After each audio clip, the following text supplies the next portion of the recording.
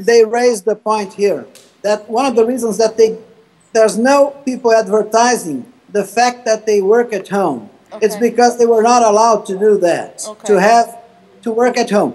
But it's changing. I mean, I know that in São Paulo, CDHU already provides infrastructure for expansion, for business expansion at the houses. Mm-hmm. Marcelo, what's CDHU? What's the what does that mean?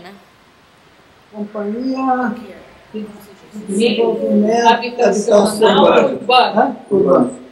Companhia de Desenvolvimento Habitacional e Urbano. Okay. So one last question. What are our next steps? What should we do next? Well, we can talk a little more after they're gone. But I think we should invite them for the second round and see what they thought about it and to come up with ideas for the next meeting.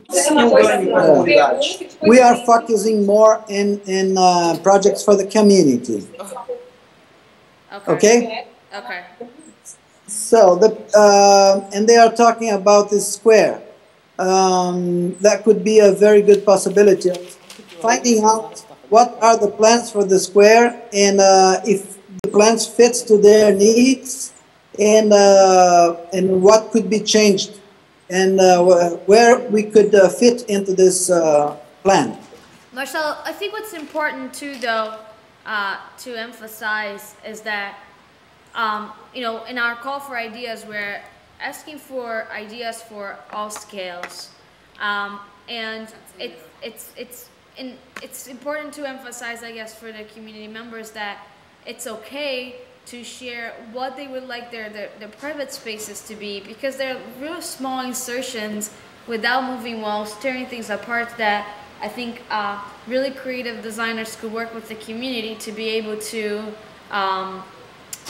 make that happen and make it a good livable space. And it could be as much as what Drea was saying, as like these designers that were like sort of like Brandon, that went and you know, worked with the community to create paintings. So it could be small insertions within their homes that are able to help. So, you know, I think scale is really good to keep on their mind, that it could be anything. It could be something as small as much as a piece of furniture to it could be a whole, you know, like, you know, the park idea, like the playground. I mean, you know, they could both equally have the same amount of impact, but their scale is different, which, and that's the point, is that it's not, we shouldn't limit ourselves to say, okay, it's gonna be focused on the square. Although I think the square is something that it seems as though everybody wants, I think it should also be known that, you know, don't limit yourself on what you're thinking about, I guess. And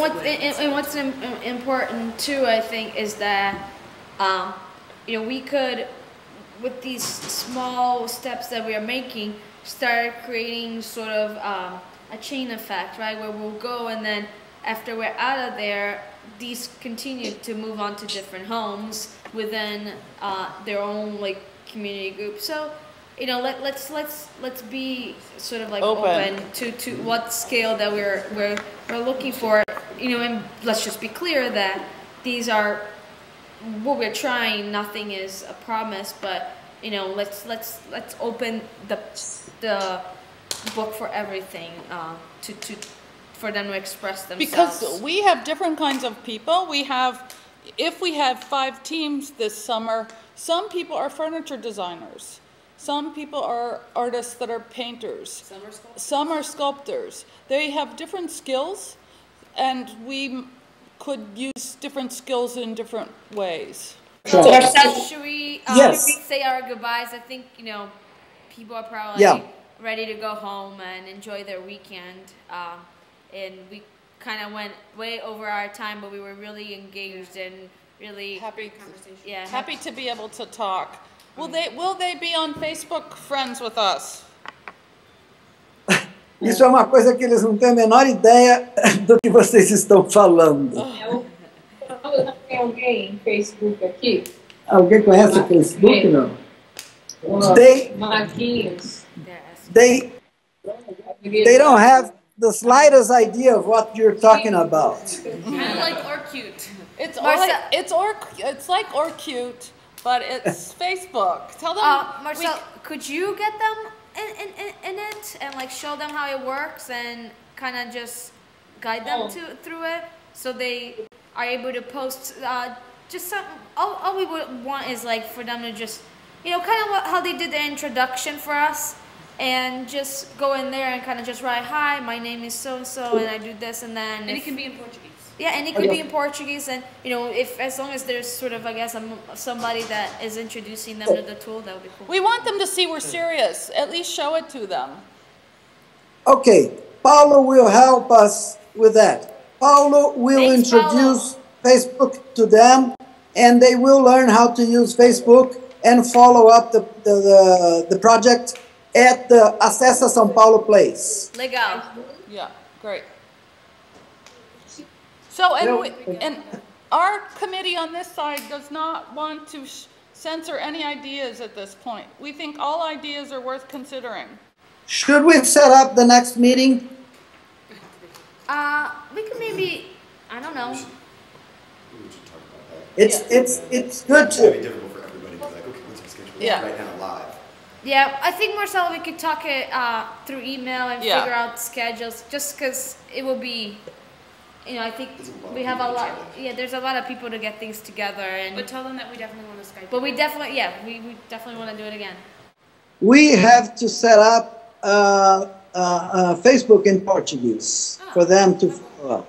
Yes, let's do it. No problem. And if you post stuff in Portuguese, I'll be translating. I check pretty much every day, and let's just do it. We're pretty eager to hear from them and on Facebook. And we want them to write on Portuguese on Facebook, and then people here will interpret it for us. Ok.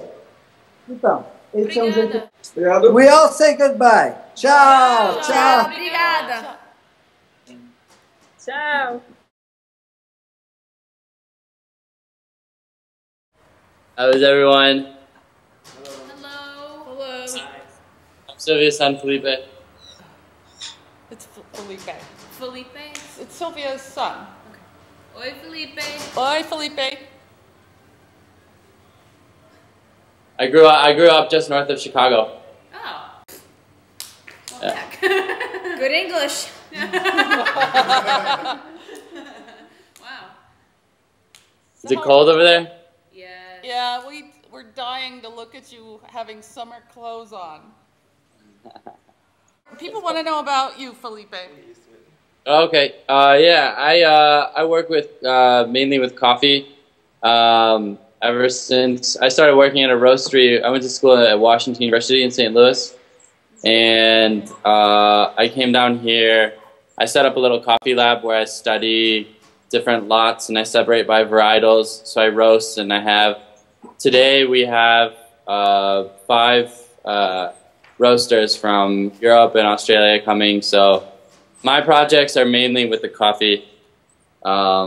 I'm here on and off. I'm usually here during the harvest season. I'm looking to go abroad for 4 or 5 months to work with roasting, and then I'll be back in May. So Felipe, people don't know when the coffee season is.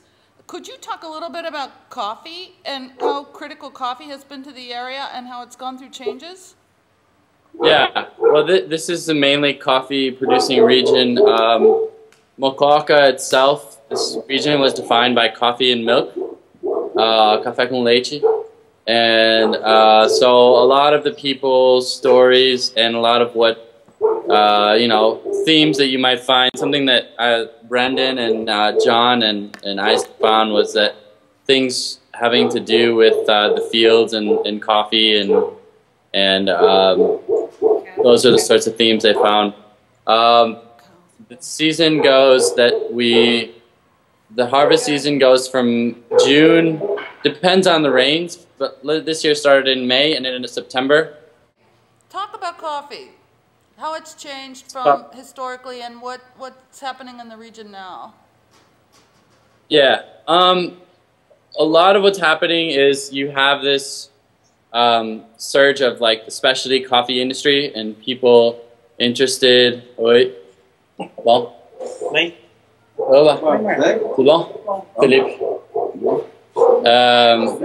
People are arriving here.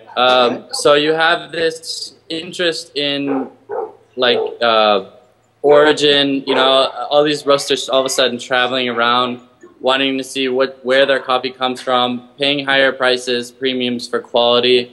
So this incentivates farmers to work on higher quality. And since we're in a privileged region in terms of altitude and soil, which leads to higher quality coffee. So yeah, you see a lot of these new changes in Brazil, this new concept of farming, and then you also see oba, everybody's here. I can go into this later, but Okay. All right. Thanks, Felipe. yeah, sure. Nice to meet you guys. Obrigada.